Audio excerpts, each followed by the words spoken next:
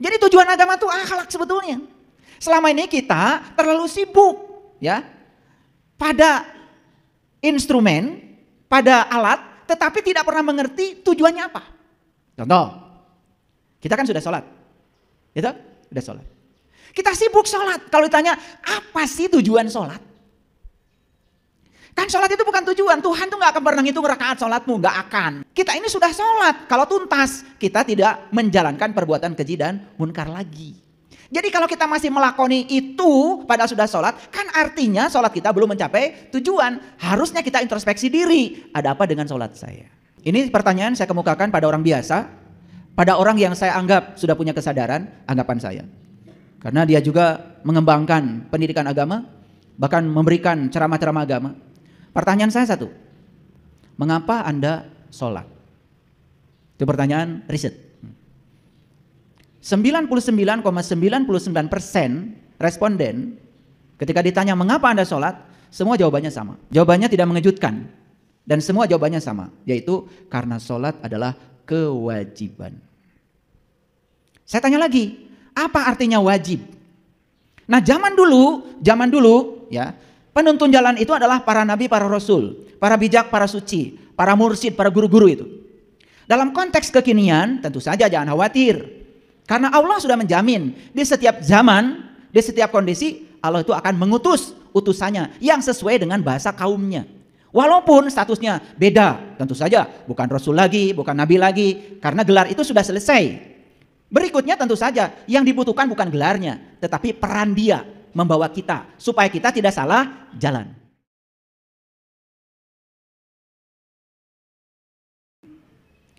Assalamualaikum warahmatullahi wabarakatuh. Salam sejahtera untuk kita semua. Om Swastiastu. Namo Buddhaya. Salam kebajikan. Sampurasun. Rahayu Sagung Dumadi. Semoga seluruh makhluk hidup, baik yang kelihatan maupun yang tidak kelihatan, di setiap ruang dan waktu, di semua tingkatan, senantiasa hidup berbahagia. Semoga kita semua selalu menjadi sumber cinta, sumber kedamaian, sumber kelembutan, sumber kebahagiaan bagi semua makhluk. Hari ini kita diberi kesempatan kembali untuk meneruskan pelajaran kita di sekolah kehidupan ini. Oleh karena itu, mari kita sampaikan rasa hormat yang setinggi-tingginya kepada Dia Sang Hidup yang masih meminjamkan kehidupan kepada kita. Karena keberadaannya pada diri kita membuat kita masih bisa berpikir, masih bisa muhasabah, masih bisa introspeksi diri, masih bisa melakukan perubahan-perubahan agar kehidupan kita menjadi bermakna dan bermutu. Kita puji Allah bersama-sama membaca hamdalah. Alhamdulillahirabbil alamin.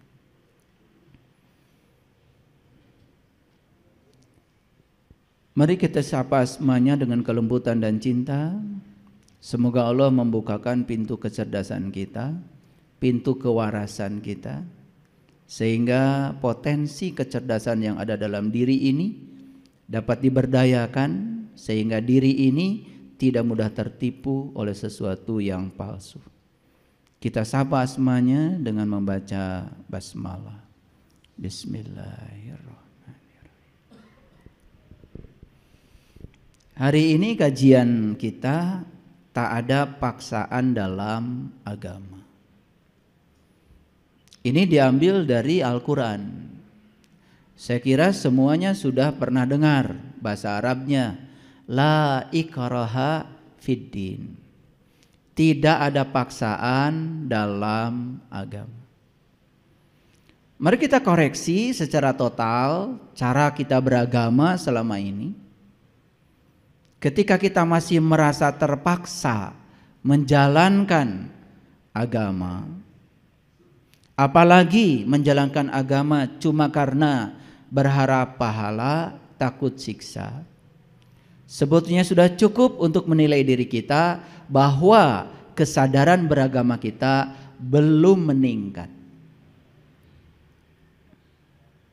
Saya sudah melakukan riset. Karena saya ilmuwan, saya selalu berbasis data. Dan hari ini saya juga akan banyak berbicara data. Supaya tidak terjebak oleh hoax. Saya sebagai peneliti, saya tergabung dengan teman-teman dari seluruh dunia yang sama-sama melakukan penelitian untuk bidang-bidang tertentu.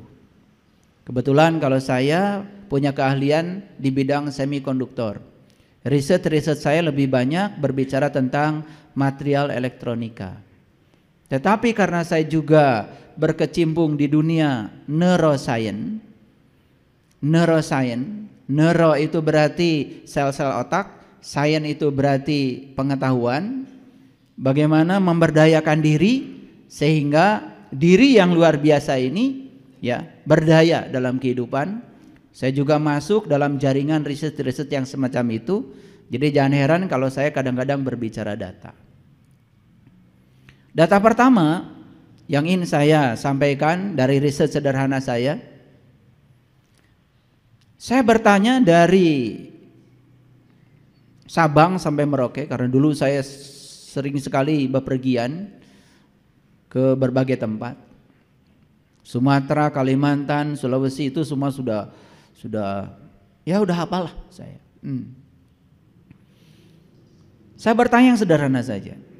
Ini pertanyaan saya kemukakan pada orang biasa, pada orang yang saya anggap sudah punya kesadaran, anggapan saya. Karena dia juga mengembangkan pendidikan agama, bahkan memberikan ceramah-ceramah agama. Pertanyaan saya satu, mengapa Anda sholat? Itu pertanyaan riset. 99,99% responden ketika ditanya mengapa Anda sholat, semua jawabannya sama. Kira-kira kalau saya tanya respondennya di sini juga akan sama. Jawabannya tidak mengejutkan dan semua jawabannya sama, yaitu karena sholat adalah kewajiban. Saya tanya lagi, apa artinya wajib? Ternyata hampir semua 80% bisa menjawab.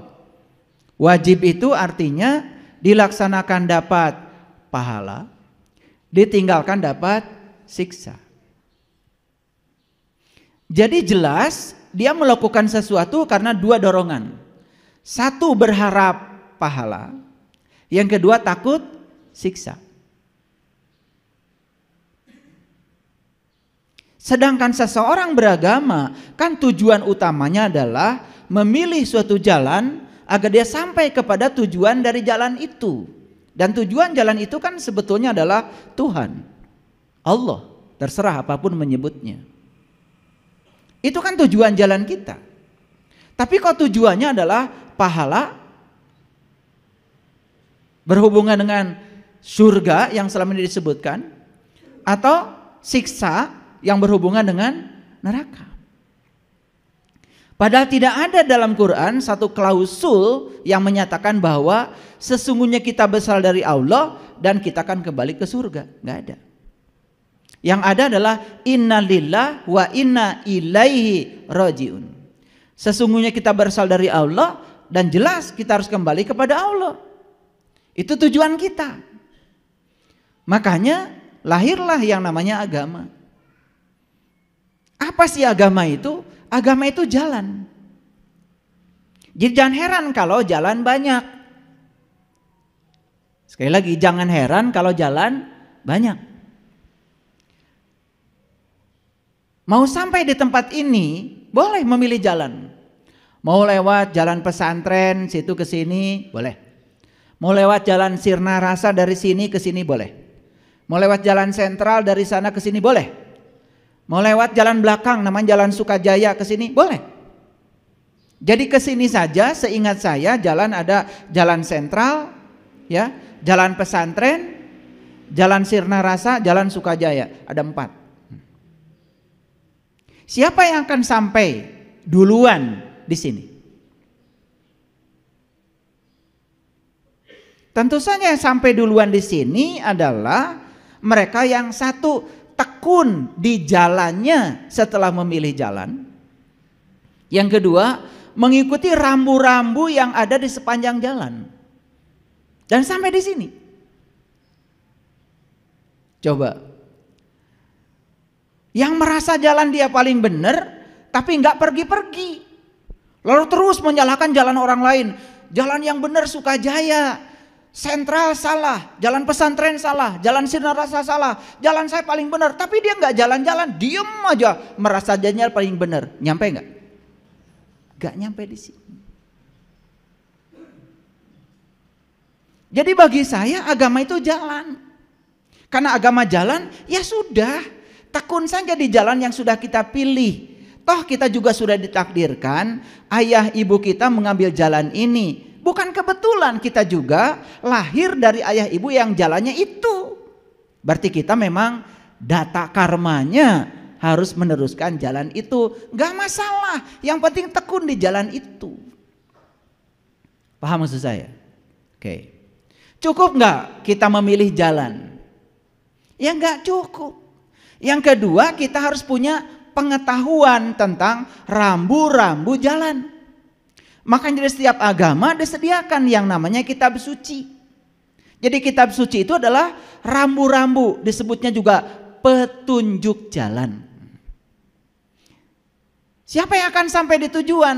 Yang akan sampai di tujuan adalah mereka yang satu, bisa membaca petunjuk jalan dengan benar. Yang kedua, mengikuti petunjuk jalan juga dengan benar. Siapa yang akan tidak sampai di sana? Dia sudah jalan tetapi dia salah membaca petunjuk jalan. Nyampe gak di sini? Gak nyampe. Ini saya bikin ilustrasi dulu supaya otaknya mengalami warming up. Karena otak setiap manusia itu harus ada pemanasan dulu. Olahraga itu harus ada pemanasan. Sama ngaji juga harus ada pemanasan. Ini pemanasan dulu supaya panas otaknya sehingga nyambung nanti. Jadi harus ada jalan, setuju ya? Harus ada petunjuk jalan. Gimana caranya supaya kita tidak gagal dalam membaca petunjuk jalan? Maka di situ harus ada penuntun jalan. Ulangi, jalan, petunjuk jalan, kemudian penuntun jalan. Nah, penuntun jalan itu adalah orang yang sering berjalan di jalan itu, terbukti dia sudah sampai di tujuan karena dia sudah tahu cara membaca petunjuk jalan. Itu yang disebut dengan penuntun jalan. Nah, zaman dulu ya, penuntun jalan itu adalah para nabi, para rasul, para bijak, para suci, para mursyid, para guru-guru itu. Dalam konteks kekinian tentu saja jangan khawatir. Karena Allah sudah menjamin di setiap zaman, di setiap kondisi Allah itu akan mengutus utusannya yang sesuai dengan bahasa kaumnya. Walaupun statusnya beda, tentu saja bukan Rasul lagi, bukan Nabi lagi, karena gelar itu sudah selesai. Berikutnya tentu saja yang dibutuhkan bukan gelarnya, tetapi peran dia membawa kita supaya kita tidak salah jalan. Clear sampai sini? Ulangi, ada jalan, ada penuntun jalan, ada petunjuk jalan. Cukup? Gak cukup. Ya harus ada kendaraannya dong. Mana kendaraannya? Nih kendaraan.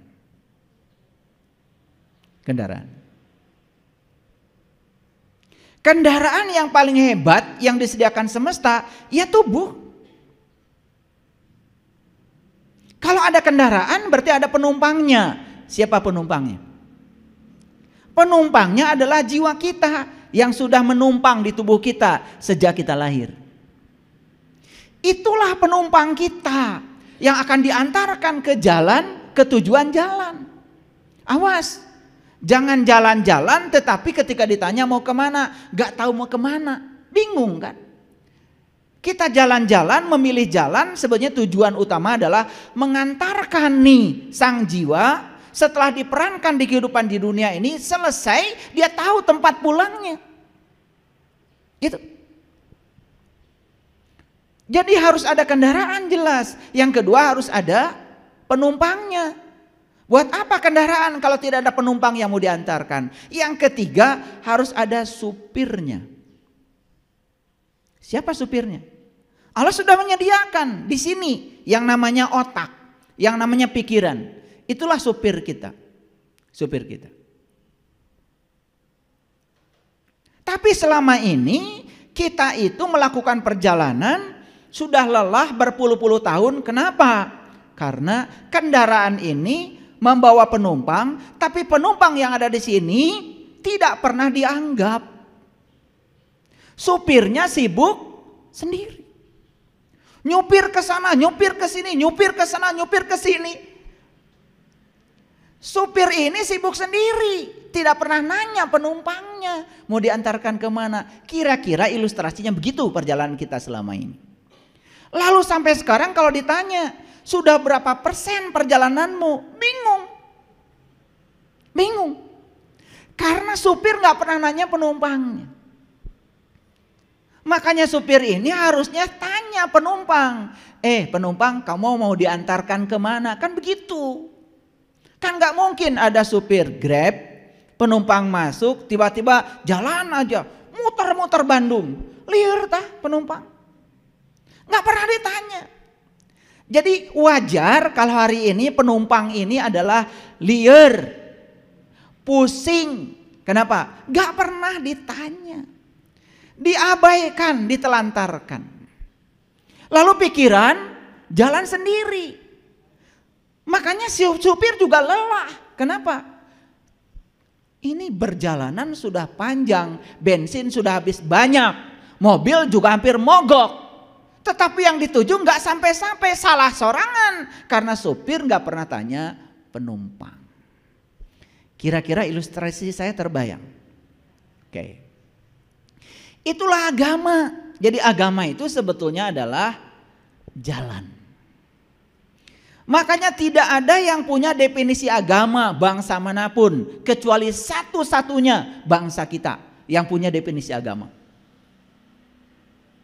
Saya sudah belajar semua tradisi agama.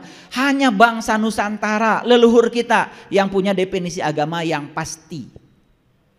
Apa itu agama? Agama adalah latihan dasar menempa diri untuk membentuk tata krama dan kehalusan hati nurani. Sehingga lahirlah budi pekerti yang terpuji dan akhlak yang mulia. Jadi tujuan agama itu akhlak sebetulnya. Selama ini kita terlalu sibuk ya pada instrumen, pada alat, tetapi tidak pernah mengerti tujuannya apa. Contoh, kita kan sudah sholat, gitu? Sudah sholat. Kita sibuk sholat. Kalau ditanya apa sih tujuan sholat? Kan sholat itu bukan tujuan. Tuhan tuh gak akan pernah ngitung rakaat sholatmu. Gak akan. Kamu aja yang kegeeran hitung-hitung semua. Gak akan. Karena di Quran jelas perintahnya. Aqimis sholat, inna sholat tanha anil fahsya wal munkar. Dirikanlah sholat. Sholat itu adalah instrumen, alat yang bisa mencegah seseorang dari perbuatan keji dan munkar. Jadi artinya kita ini sudah sholat. Kalau tuntas kita tidak menjalankan perbuatan keji dan munkar lagi. Jadi kalau kita masih melakoni itu padahal sudah sholat, kan artinya sholat kita belum mencapai tujuan. Harusnya kita introspeksi diri. Ada apa dengan sholat saya? Paham? Nah kalau kalian tidak tahu siapa yang layak untuk ditanya, boleh acungkan tangan. Kalau kalian tidak tahu, satu orang saja, siapa yang layak untuk ditanya? Pakai dalil ya, supaya ngajinya kelihatan. Mau pakai hadis boleh, mau pakai Quran boleh, mau pakai kitab suci apapun gak masalah. Yang penting ada dasarnya. Kalau kita tidak tahu, kita harus tanya siapa. Ayo, angkat tangan. Silakan. Guru mursyid. Tidak ada di Qur'annya. Silakan. Ini kayaknya guru agama nih. Bener. Udah pakai dalil tuh. Fas'alu ahla zikri in kuntum la ta'lamun. Jika kamu tidak tahu, awas. Yang harus ditanya adalah ahla zikri, ahli ingat. Tanyalah ahli ingat jika kamu tidak tahu. Selama ini ketika kita tidak tahu, tanya siapa? Tanya pimpinan pondok pesantren, gak ada ayatnya. Gak ada. Oh, tanya orang yang banyak pengetahuan, gak ada. Tanya guru mursyid, gak ada. Kalau kamu tidak tahu, tanyalah ahli ingat. Clear? Ini Quran. Fas'alu ahla zikri in kuntum la ta'lamun. Tanyalah ahli ingat jika kamu tidak tahu. Kalau kamu tidak tahu, tanya ahli ingat. Pertanyaannya, ingat siapa? Boleh? Siapa lagi yang bisa menjawab? Siapa ahli ingat menurut kitab suci? Boleh? Yang paling banyak menjawab pertanyaan saya dapat hadiah nanti. Siapa ahli ingat? Allah. Udah mulai salah nih. Gak apa-apa. Karena apa? Yang penting sudah berani menjawab, itu sudah keren.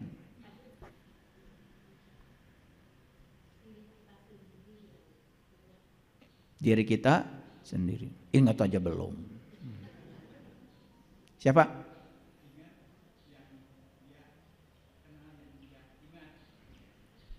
Yes. Tapi belum pas jawabannya. Di Quran jelas. Ahli ingat itu di Quran jelas. Gelarnya namanya ulul albab.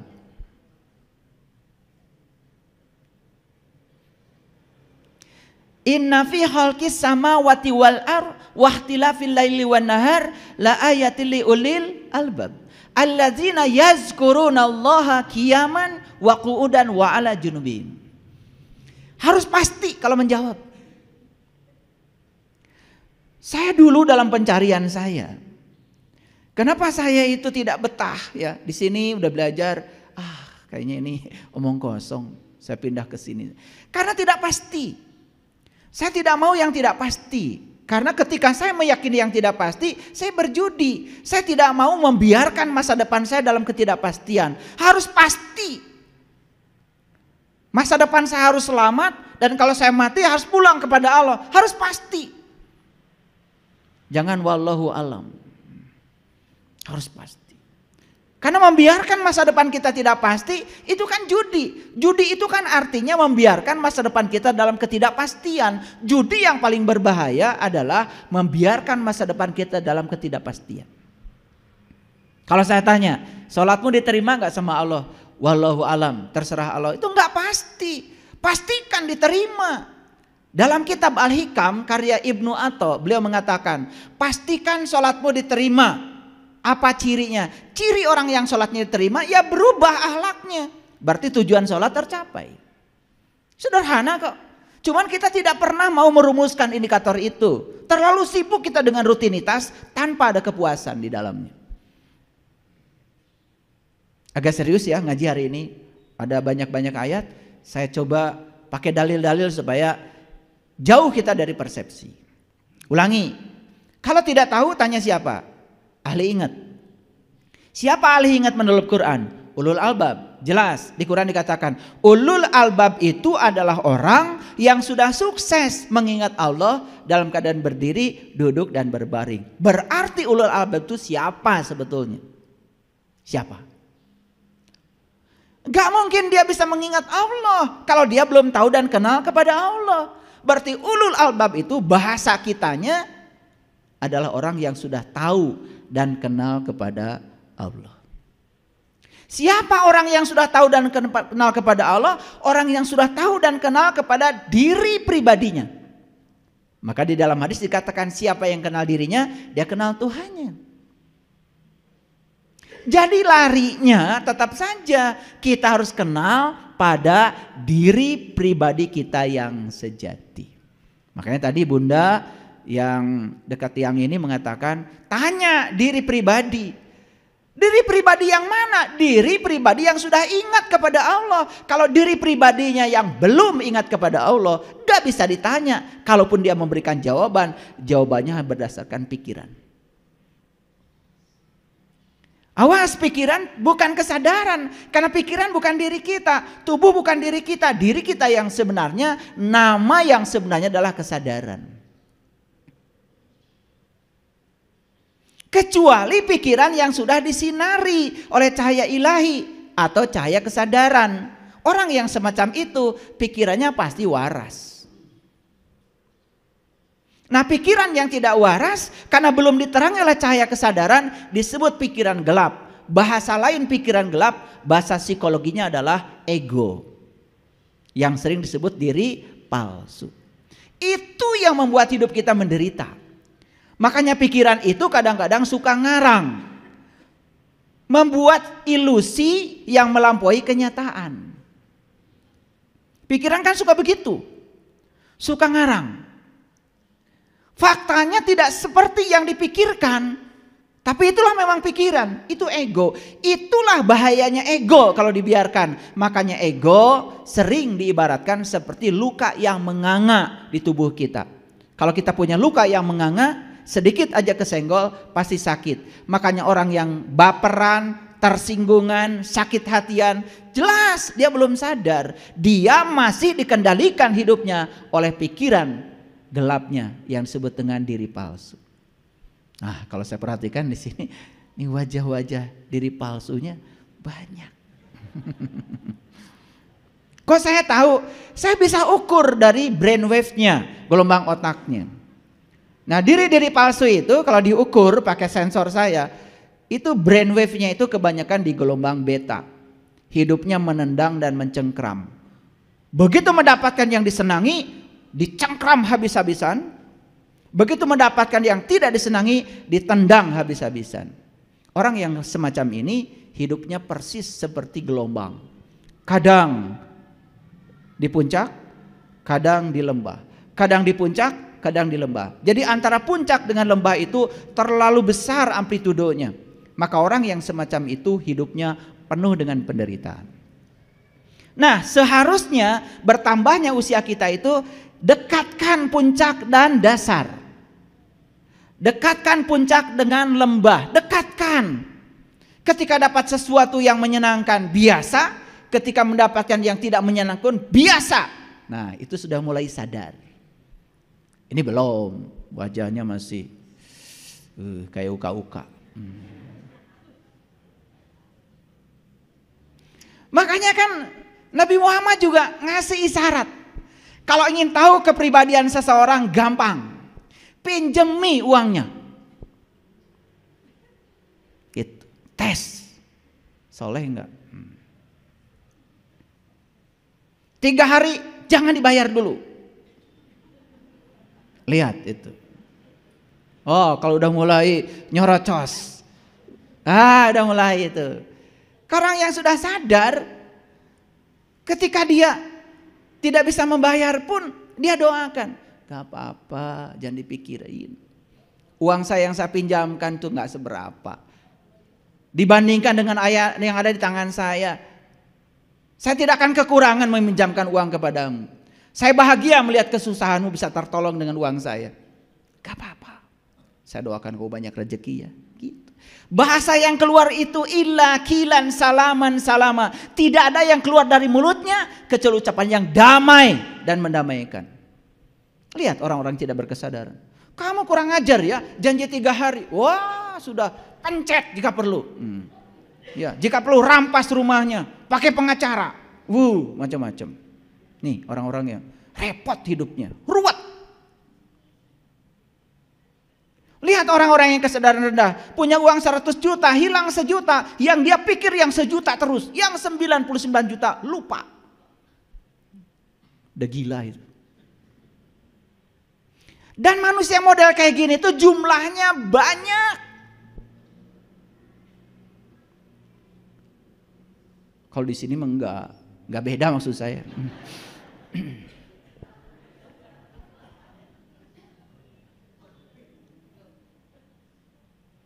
Makanya judulnya hari ini tidak ada paksaan dalam agama.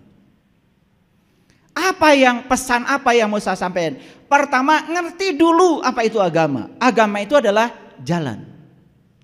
Agama itu adalah sangat pribadi, sangat pribadi. Makanya agama adalah alat pertahanan diri untuk melindungi diri dari kejahatan diri kita sendiri. Camkan itu. Ulangi. Agama adalah alat pertahanan diri untuk melindungi diri dari kejahatan diri kita sendiri. Tidak ada yang berbahaya di luar dirimu kecuali kamu sendiri. Yang suka yuwaswisu, yang suka waswisu, yang suka berbisik itu bukan orang lain. Yang suka berbisik adalah pikiran gelapmu. Itu yang menyengsarakan hidupmu. Tadi udah mau nolong, udah keluar uangnya. Ada yang bisik dari dalam, enak aja. Yang kerja saya. Mulai mencari pembenaran untuk tidak berbuat. Itulah pikiran gelap. Itulah kita gagal melindungi diri kita dari kejahatan diri kita sendiri.